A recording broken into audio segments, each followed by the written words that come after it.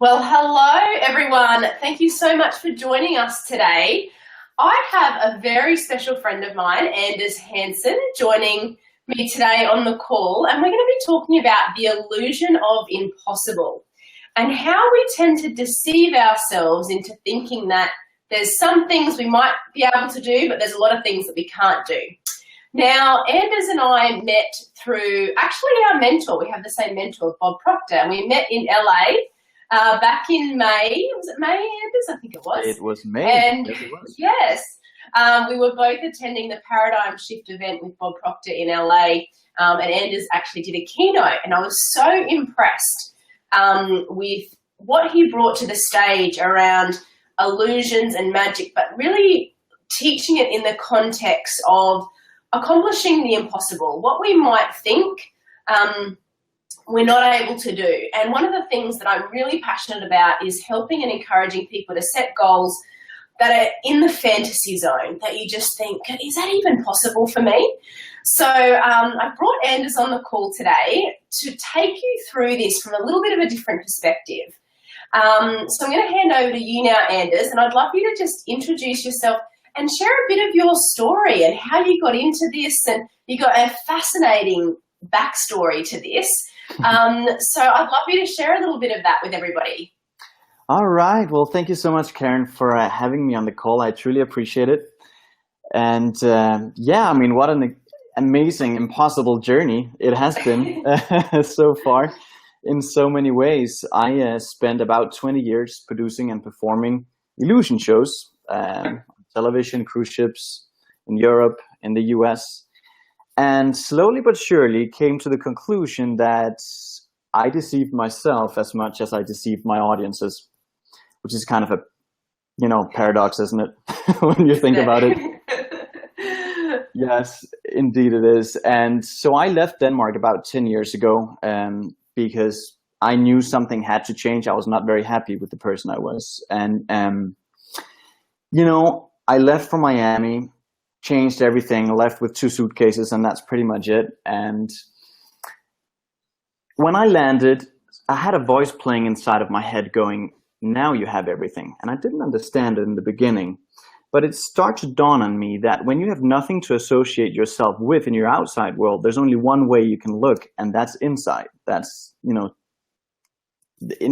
a direction I never looked at before. So I was forced to sort of reinvent myself along the lines as the quote from Buckminster Fuller, you don't change things by fighting existing reality. You build a new model that makes the current one obsolete. And that, looking back, that's really what I did. I reinvented myself, and things just started to happen when you're on that right track, when you follow that voice inside. Things where I had people in my, in my close circles that would tell me, my goodness, that's like winning in the lottery. How did you do that? And I didn't know it at the time. There was things I would literally be able to just think of something and they would start to happen, and one thing after the other. And so, yes, that took me from producing shows on American television to cruise ships. And there were some common denominators in those experiences, and that had me look for a deeper meaning. I was not very happy with just producing magic. I kept asking myself a lot of questions about life and how real magic works, and that led me down a path of seeking knowledge with spiritual leaders. I spent time in India with gurus. I spent time with quantum physicists and with Bob Proctor, and I found that all these thought leaders had some things in common. They saw things the same way. So I was just became deeply intrigued by the way we're deceiving ourselves, and certainly with impossible, and how big of an illusion it really is. So I've got a question. And at the beginning, you said that you realized you were as much as you were deceiving your audience, you were deceiving yourself. So give us an example of that. Like, what did that look like for you? I kept trying to associate myself with things in my external environment. I had no clue who I really was. And after, especially after meeting Bob, had me realize that I had used a formula that worked very effectively in my professional career in terms of developing illusions, developing effects. but I didn't use it in my personal life. And he was actually the one bringing that up. So in terms of goal setting, I could do something great in my professional life. I created all these, things where I would predict the lottery numbers. I would make cars appear. I would create all these impossible feats. And yet when it came to my personal life, it did not go the same way. And that's an example of how I definitely was deceiving myself. Okay, so let's talk about this idea of the illusion of impossible. So when you think about that, impossible is an illusion because everything is possible. It Absolutely. Just exists in another state, in another reality. So tell us more about that. When you think about now the illusion of impossible, because I mean you're doing these illusions, you're doing magic, and people look at it. I mean, when I was in the audience with you, I was the same. I was like, how did he just do that? But tell us more about this, and how let's kick off that part of the conversation around how we think that things are not possible, but they actually are. Absolutely. So what I have learned throughout my career in magic is that in magic, you think in terms of effect over principle. So you got to think in terms of what is the end effect? How is it going to look like? And I'm going to isolate all the principles. I'm not going to think about how I'm going to get there. I'm just going to think about how is the end result going to look like to the audience. So impossible is in a sense a state where you let your mind wander, let your imagination go as far as you possibly can, not thinking about how, not thinking in terms of principles. Which can be easily translated to how-tos, right? So magic has taught me to think that anything is possible.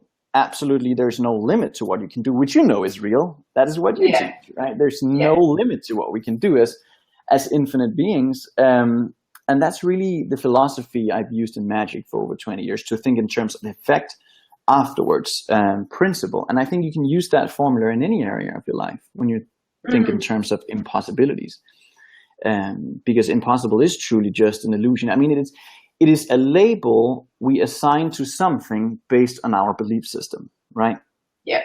So whenever I would develop an illusion, if I could get my friends and family to go, "Come on, Anders, that's impossible," I knew I had a winner. That was sort of my friends and family test. I would always ask around, and if I could get them to respond with, "Come on, that's impossible," I knew I had a winner. And so I think you can use that for goal setting as well. Yeah. So it's so true, because and starting with the end in mind, that's the first step. Too often we jump to, well, how am I going to do it? How am I going to do it? Well, that's irrelevant at this point. Where do you want to end up at the end? And by the sounds of it, I mean, that's how you plan your illusions. It's like, what's the end result? What's the end effect? How do I want? And it's the same when we think about our goals. It's thinking about, well, what's the picture? Yeah. What's the end result? And then you fuse yourself with that state. So how do you go about preparing yourself for illusions when you're really working towards that end state desire, which is exactly the same as accomplishing impossible goals? Yeah. What's your preparation like? Well, I let my mind become very quiet. I actually like to go to natural parks. We have very beautiful natural parks here around Las Vegas, which is not something many people are aware of, but because people like to stay on the strip and gamble, of course. But there's beautiful mountains, and I like to. And the hotels want people to stay and gamble, of course. They don't promote the natural parks, but we have a lot of natural beauty, and I like to go there and just let my mind wander, not thinking in terms of hows, not letting the present results, present conditions determine the outcome of that. And then I try to put myself in the audience's shoes. How is this effect going to seem, feel, and look like to them? What is it that I want to try and convey here? And that's really my starting point. Once that is established, I try to put as many images on that as I possibly can, which is really important, right? To really get that image of how is it going to look like in every possible way, and visualize as much as possible. And after that, you look at the principle. That is sort of the second step. And then I just work my way backwards, literally from that end result. Yeah. So I think that's a really important point that you make there, because again, it applies to accomplishing any goal. Work your way backwards. You start with the end in mind, and then you work your way backwards. So how have you seen Anders doing shows, cruise ships? Like, how have you seen, with your experience of illusions and then also your own personal journey of working on your own impossible goals, how do we deceive ourselves? Oh, how do we not? Think about it this way. Our brain processes 400 billion bits of information every second coming from the environment. The primitive species we have only learned to integrate about 2,000 of those into our reality. So reality is happening in the brain all the time, 400 billion bits of information every second, and we have only learned to integrate 2,000 of those. Our perception gap is vast. Yeah. It is huge. On top of that perception gap, our brain relies on past memories to recreate patterns of recognition for us in the present moment that helps us interpret our environment. So we deceive ourselves every minute of every day. You think you see the world with your eyes, but you really don't. You see through your eyes. You see with cells of recognition in your brain, and those cells are programmed based on your conditioning. Yeah. So that means you don't see what's actually in front of you. You only see what you think you can see. And the older you get, the more conditioned you become, the more assumptions you will have about the world. That's why it is much harder to perform magic for children than adults. Much harder. Adults are a lot more conditioned. They have a lot more assumptions. That means it's easier for me as an illusionist to take advantage of those assumptions. Yeah. Whereas children, they are not as conditioned yet. Their mind, their imagination is always at play, and they're very present with their imagination. So they tend to just let their imagination wander in the moment, and they're actually very proud when they find a solution for the magician's trick. Hence the nightmare on the magician's end. So adults are so much easier to deceive because we are so programmed with the way we see things. And these are your terms, like your terminology in terms of paradigms, right? Our paradigms determine our logic, determines what we see. So this is a good example of how the brain deceives us. Have you ever experienced, Karen, rushing around, stressed, can't find your car keys, come back in the kitchen, they're right there on the table in front of you, you cannot believe you couldn't see them? Absolutely, all the time. Right, I have too. And you know what happens in that moment? When we're stressed, looking around, rushing around, our brain just tries to help us, and it fills in the blanks by showing us old images of what it has seen before. So in that moment, you don't actually see the kitchen table with the keys in front of you. You see an old image of the kitchen table, which makes it impossible for you to see your keys. So your brain fills in those blanks all the time with things that our brain has seen before. Yeah. So can you imagine how many other ways we deceive ourselves in? And now how many other ways the brain fills in those blanks when it comes to goal setting, potential, what we think and we can and cannot do. We deceive ourselves so many ways. And throughout those 20 years, it's just become so apparent to me how easy we are to fool. Yeah, so true. We live by our senses, right? We just go by what we hear, see, smell, taste, and touch, and that's pretty much how most people live their lives. So let's link this in, because I know there's quite a lot of my clients who are studying thinking into results watching this, Anders, and you've also studied it. Yeah. But let's talk about visualization, auto-suggestion, with what you just said around pictures and memories, and that's what we then see. Yeah. And talk to us about when we think about visualization. So we're visioneering our goal. We're really working on the picture of what it is that we want to manifest in physical form, and auto-suggestion and triggers. Is that what we're doing? So basically we're conditioning ourselves to then start to actually see that and create it in physical reality?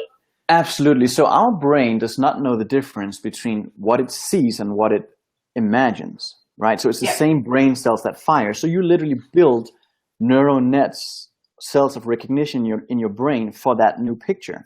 So a good example, when Bob and I had the first conversation, he asked me, what was the first great illusion you created? And I said, when I was 16 years old, all I wanted to be able to do was to be able to snap my fingers and make a real car appear. I mean, how cool would that be, right? So that was the first illusion, and I did not know how to do this. I was 16 years old. I mean, I had no money. I just wanted to be able to make a real car appear. Yeah. So over 2 years, I kept visualizing and kept visualizing and kept visualizing that moment on stage when that car appeared. And because I had integrated that image in my mind, I was starting to see solutions, ways of doing this that I never really thought about. Yeah. So I started putting the pieces together, and over a 2-year period, I was just experimenting with this. And I did the first live production show with my former business partner, and we couldn't actually try the illusion out under the right circumstances until we were in the theater for that show, because it takes lighting, it takes production, it takes stage managers and all that stuff. We didn't have budget for that to practice with, but we had played that image, that movie in our mind over and over and over and over, down to the T. We knew exactly what was supposed to happen at any second. So the first time we tried out the illusion, it worked perfect. And it was really like 700 people in the audience. Everybody gave us a standing ovation. It was all good. And I never really doubted that it would work, because I had played that mental movie over and over and over so many times that it was just my reality. And so that was my first experience with visualization and how powerful it really could be. Afterwards, we had illusionists from all over the place asking and calling for the rights to perform this illusion, and we had invented a whole new way. And that's really what's key here, Karen. I think what you're teaching too is that once we lock into that impossible goal, we invent ways of doing things that we didn't know we were able to do. We're literally drawing on a power that is unadulterated, is unlimited potential, and once we log into that impossible goal, we start to draw on that power. And that's such a beautiful thing, right? Yeah, I agree. It really is. Now, don't go anywhere, because Anders has got a trick an illusion to perform for us. But before we get there, I want to talk more about the law of vibration, which is essentially sort of what we were just talking about there, and tapping into this power that exists. And the law of vibration is actually the foundational law of everything. Everything vibrates, nothing rests. And when we think about what we want, and when we think about the impossible goal that we might have for our life, for our business, what we essentially have to do, and Anders has sort of touched on this, is we've got to go to that state of mind and really visualize it and get into the vibration of that goal. And essentially, it's feeling. We're getting into the feeling of that, so that we then start to live in that place. And that's how we become aware of the ideas, the people, the resources that we need to make it happen. So if you're really listening to what Anders was just saying there, Anders, you said that as you were visualizing and as you were going over this, you started to become aware of ideas. You started to become aware of ways in which you could accomplish that. And so you're starting to move into a different frequency, move into a different vibration. Because that's one of the things that Bob talks so much about, like that everything is already here, but we just have to get in harmony with it. And what we want may exist and likely exists in another reality. And we deceive ourselves to think, well, that is not my reality, therefore I can't get in that reality, therefore I can't have it. But what we know by your story, Anders, and just the basic laws, that's actually not true. But we have to really use our mind so that we can get into that vibration, get into that reality, become aware of ideas then that help us to close the gap. So, Absolutely. so talk law of vibration. So when did you start to, really study that? Was that something that you were really consciously aware of right from the beginning, or it sort of evolved with all of your study to go, oh my goodness, actually what I'm doing here is with the law? Yeah. Actually, Karen, can you still hear me? I think that was a glitch in the sound. Okay, good. It's something that I became aware of after I moved to the US. All these things started to happen. I would literally sit by myself at a restaurant in Miami, thinking about how I could start to perform magic in television in the US. Starting to talk to some guys that were sitting next to me at the table, and one of them happened to be a TV producer, and we got started talking about what we possibly could do. And literally within an hour, we had written a TV contract on a napkin the day before I was supposed to fly back to Europe. And I'm like, how did this happen? Another time I was in Hollywood, visiting a distant relative, thinking about people I had talked about. One of them was a really famous Scandinavian person who lives in Hollywood. And in the moment I think about him, I look over and he's sitting in the car next to me in busy LA traffic. And I mean, when you're going to rationalize, put odds on that, it's like winning in the lottery. You can't. Yeah. There's just no way. And the same way I met Bob Proctor. I was meditating. This was a Wednesday evening. I was meditating on how I could meet someone that was well recognized in the personal development field that could help me get my magic into that field, or help me integrate personal development with magic, which is what I wanted to do. 2 days later, I literally run into Bob. Like, I run into him. And I was like, so all this had me search for answers, and I found common denominators in all those experiences. There was one thing all those experiences had in common. I was in a raised state of vibration in the moment they happened. I had, prior to that, felt such a great sense of gratitude. And after working with Bob, I realized, I understand now what I did, but at the time I wasn't aware of it. I was unconsciously competent doing it. Like, I was utilizing a power, I just didn't know what I did. The law of vibration, it is so powerful. When you're able to, with your thoughts, bring yourself into that elevated state, you'll just find real magic is starting to happen. You can't explain it, you can't rationalize it, but you know it's real. And see, that's the thing. We're having such a problem. Science is trying to objectify this, whereas it's a subjective experience. So we're trying to objectify something that is by nature very subjective. So it's personal, it's very individual to every one of us, right? And we know it's real because it happens, but you can't necessarily put it in a box yet and say, prove it by, But anyway, law of vibration, so powerful. It definitely works. It's I was even sitting yesterday, and I was sitting out in the sun, and I was just visualizing my goal and working with a couple of and I was just so relaxed, lying in the sun. So, there was no conscious intellectual fight. I was just very relaxed thinking about it. And one of the things that I was thinking about was to get a phone call from somebody. And I kid you not, maybe 15, 20 minutes later, that person called me. No way. So, and I mean, it happens all the time. So it's, when you kind of, but we try sometimes and intellectualize the process and understand it and fight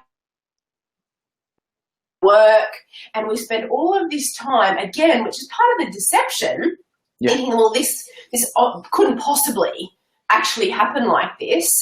And yet, if we just really relaxed, worked very simply in harmony, thinking from the state desired, opening ourselves up and letting these things happen, then just remarkable magic starts to happen. It really does. It really does. And it's hard when you talk to a lot of people and your friends about it, because they go, they look at you kind of strange, almost as if you're crazy, right? Yeah. And yet it's real because it just happened. Yeah, it just happened. Real too. It's a very subjective experience, but nonetheless it's real. Yeah. All right, Anders, I want you to show us the illusion that you've got set up. All right. Is everyone ready to watch this illusion from Anders? I'm going to put him on the screen. you know, we're going to need everyone's participation because it's an interactive illusion. It won't work unless everyone participates. Okay. All right. What would you like us to do? So we'll get to that one in a little bit. I just want to make sure that everybody can see this deck of cards. It's not leaving your sight, right? It stays right there. Now, I've been very fascinated with the illusion of time for quite a while. You know, we're conditioned to think that we have a past, present, and a future, that the past is behind us, present is this moment, future is ahead of us, right? But the more I studied with this quantum physicist called Fred Alan Wolf, he's amazing. If you haven't seen one of his movies he's in, it's called What the Bleep Do We Know? I can only encourage you to. It's just a great movie. But anyway, the more I studied that part of science, the more I realized that time is just an illusion because all we have is this moment. And our lives are changed by taking a decision in this moment because that is all we have. Because once the future arrives, it arrives as the present, right? So in quantum physics, the present moment defines the past and the future at the same time. That means any decision we make in this moment affects both the past and the future. Time is not linear, it is organic. And all we have is this moment. So let's try and put that to a test. If a decision we could make in this moment could affect the past, how would that look like? So I made a decision in the past. I decided something with this deck of cards. I made a change to it, and you'll see what I did in a little moment. But first, let's try and zero in on a card in the present moment. And that's where we're going to need everyone's help. So do we know who we have on the line? Any names? We have, let me just see if I can see who's watching.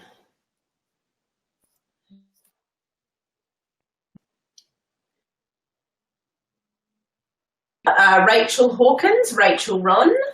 Right. Let's see. Why don't we have Rachel Hawkins? Watching just... Well, we'll need 3 different people, but let's just start with Rachel Hawkins for a moment. Okay, she's here. So, awesome. Hey, Rachel. So you know that there's red and black cards in a deck of cards, right? I'm going to ask you to choose the color of the card we're talking about. Now, the color you choose, that's the color we're going to go with. So this is not a magician's choice where if you choose black, I go with red. No, if you choose red, we're going to go with red. If you choose black, we're going to go with black. So Rachel, please make your decision. Is it a red or a black card? And do you want her to tell us? Yeah. Just share it freely on the chat. Yeah. Okay. So what's your choice, Rachel? And that way we're all on the same page. There's no confusion. All right. Just waiting. She goes with red. All right. Okay. You want to change your mind, Rachel? That's the beautiful thing about the present moment, isn't it? Anything is possible in the present moment. Do you want to stay with red or do you want to change your mind? Let's see what she says. Oh, she's going to stay with red. She stay. All right. Good stuff. So we know it's a red card. We know it's a red card. That means it can be a hearts or diamonds, right? Now, who else did we have on the line? Did I see Terry? We've got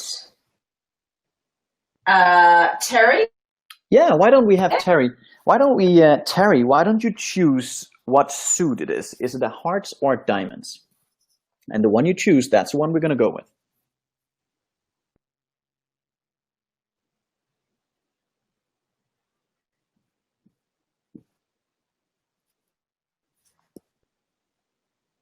Oh, she's thinking too. Oh, she is. Hearts. Uh-oh. Hearts. Good stuff. All right. And I assume you want to stay with that choice. So we selected a red card. We know it's a hearts. Now, people usually choose the queen of hearts, so they choose the ace. That's very common. So let's choose a number card. They're more random, more possibilities. Why didn't you pick the last person, Karen, to choose the number? Or why don't you just choose the number? Number 8. Are you sure it's an 8? Because you can change your mind. That's the beautiful thing. Do you want to change or do you want to stay with 8? 8. Say that again. The line just cut out. Oh, I think I'm going to stay with 8. That's the number that came to me straight away. You're gonna, and this is not. I mean, we didn't set this up, right? We didn't. No, we didn't. So we chose red, we chose hearts, and we chose 8. Yes, we chose 8. We chose 8 of hearts. So this deck hasn't left your sight, right? It's been there in full view the entire time. I hope we can see this. Let's see. Well, I'm going to take it out of the packet. You can still see it? Yes. Alrighty. Now there is one card down here facing the opposite way. Right? Yes. Now, if that indeed is the 8 of hearts, I think we could say that our decision in the moment traveled back down the timeline and changed the deck. Oh my goodness! Wow. So I just been fascinated with that idea of time for a long time, and in the seminar, I show how a decision in the present moment affects both the past and the future at the same time. So yeah, I'm glad you guys chose the 8 of hearts. Otherwise, I would have been in big trouble. Yes, you would have been, Anders. Thanks, guys. Aren't we all just watching him going, how did he do that? I don't know. I'm just happy it worked. Oh, that's so good. I love it. And yeah, that's just so good. Okay, let's take some questions. Has anyone got a question for Anders or myself on this idea of achieving the impossible or illusions, or you want to know more about Anders' story?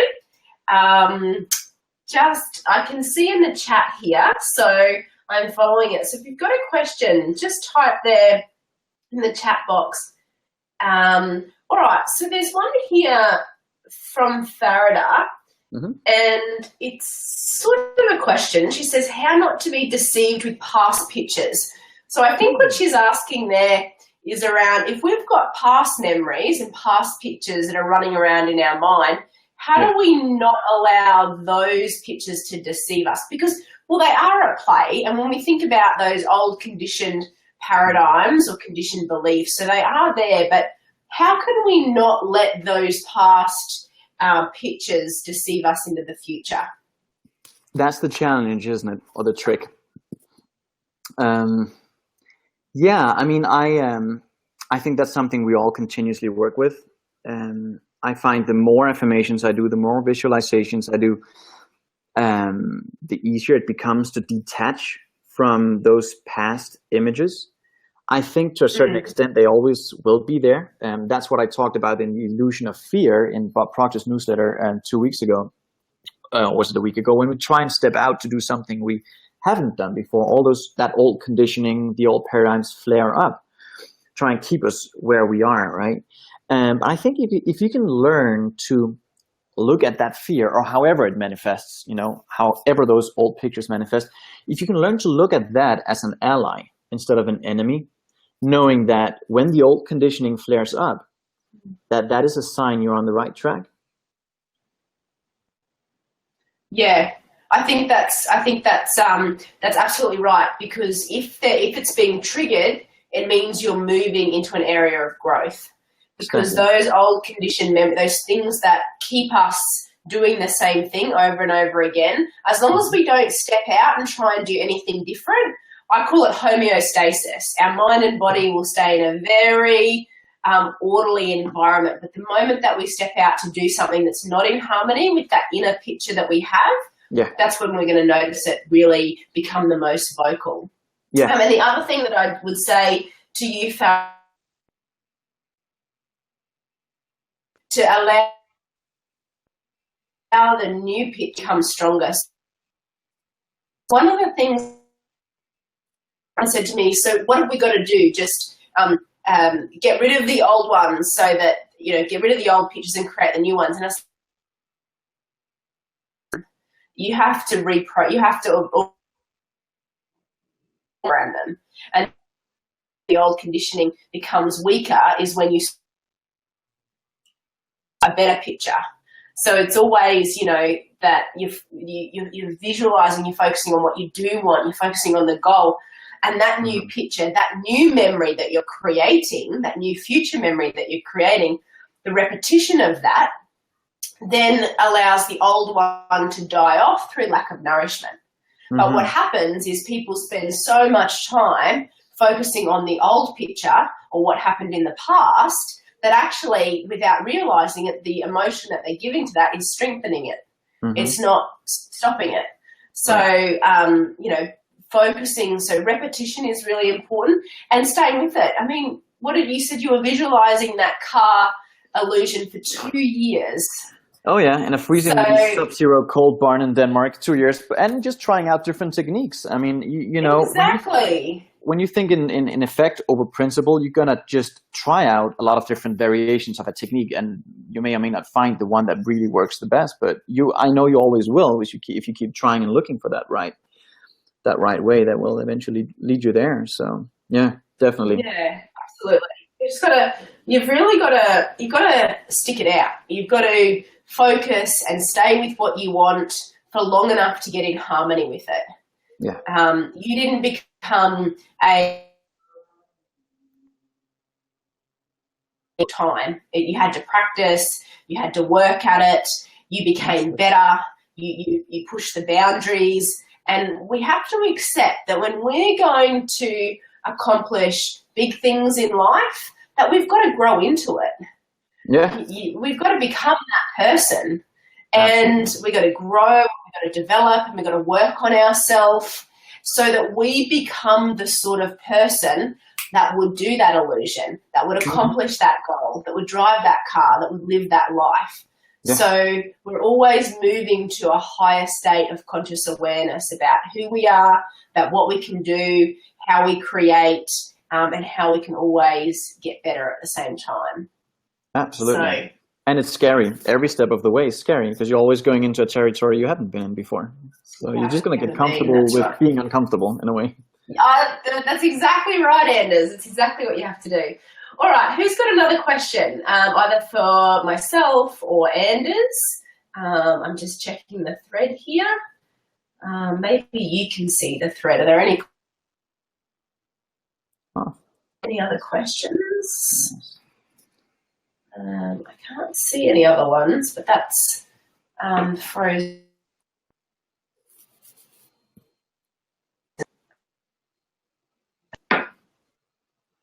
For you to have joined us today. The line keeps cutting in and out here. I just want to make sure that I'm going to go a little closer to the router here. Say that again, Karen. I'm sorry. I said, Terry says that was mind-boggling. Your illusion. Well, that means it worked. That's always a good thing, isn't it? It did work. I remember when you did that illusion at this paradigm shift, and one of the things, a hammer into the crowd.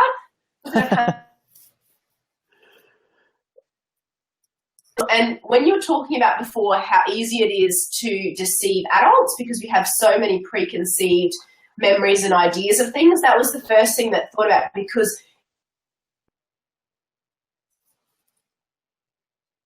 on that into the crowd instinctively, and obviously it wasn't. It was plastic, but that's such an example of how quickly we are to make assumptions based on previous experiences, and Absolutely. It's so automatic, and it can have big consequences. So.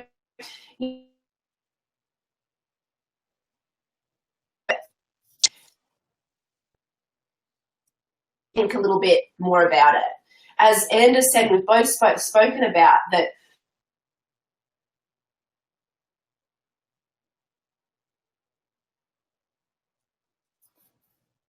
Yeah, you're cutting in and out, Karen.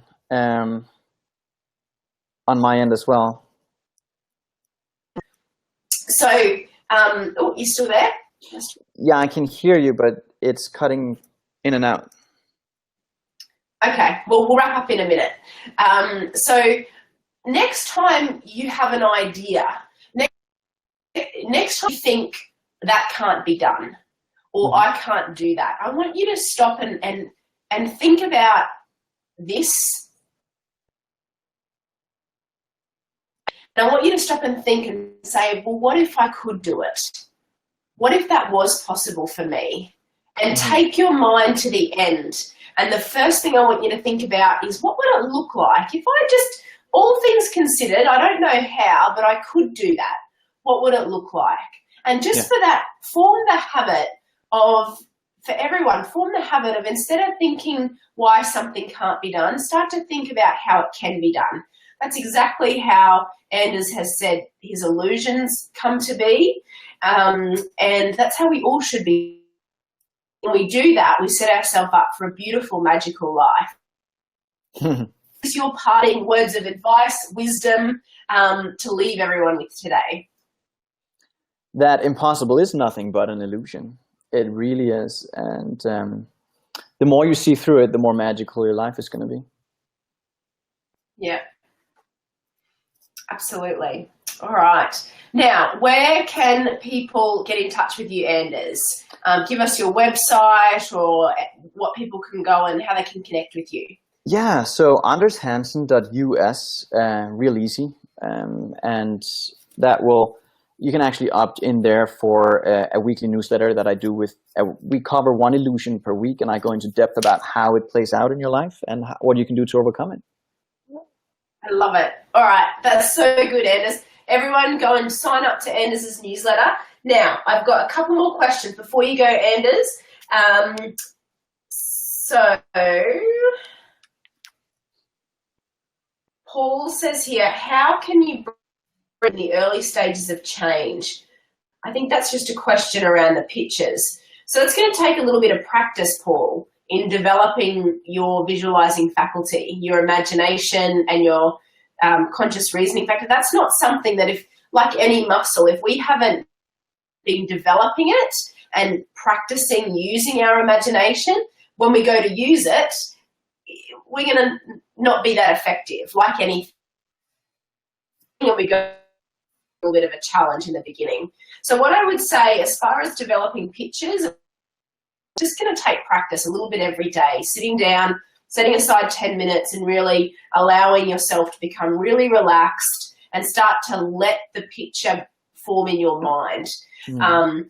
Don't really force negate. So really got to allow the pictures, allow the ideas, and then organize them and focus them. Is there anything else that you want to say around that?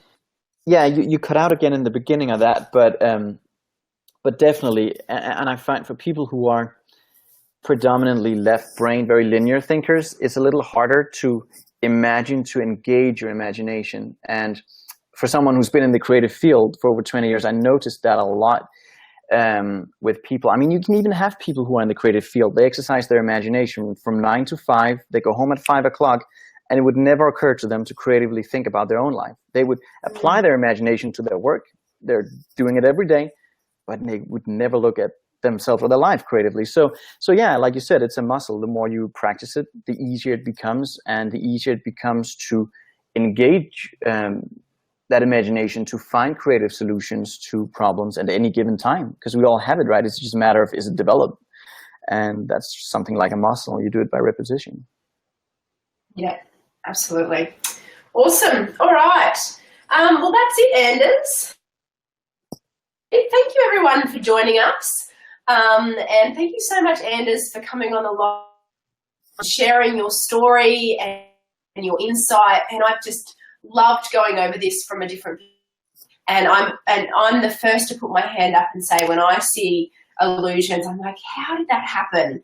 But what I love about the work that you're doing is you're taking that and making it real in our life, and how we've got to just be really, really aware that we're doing the same thing in our life every day, and we've got to be consciously aware of it, so that we don't allow the impossible to seem impossible. Absolutely. So thank you so much, Anders. No, thank you, Karen. I really appreciate it. And yeah, I mean, illusions are great, but when you know how the trick is done, it's not magic anymore. But in the moment you understand life, That's real magic. And that's really what you're doing with TIR, helping people to understand life and creating real magic. And that's pretty cool. So thank you for the opportunity, Karen. I really appreciate it. Awesome. Thank you so much, Anders. Have a wonderful day, and we will catch up again soon. We will. Bye for now. Bye. Bye. Bye, everyone.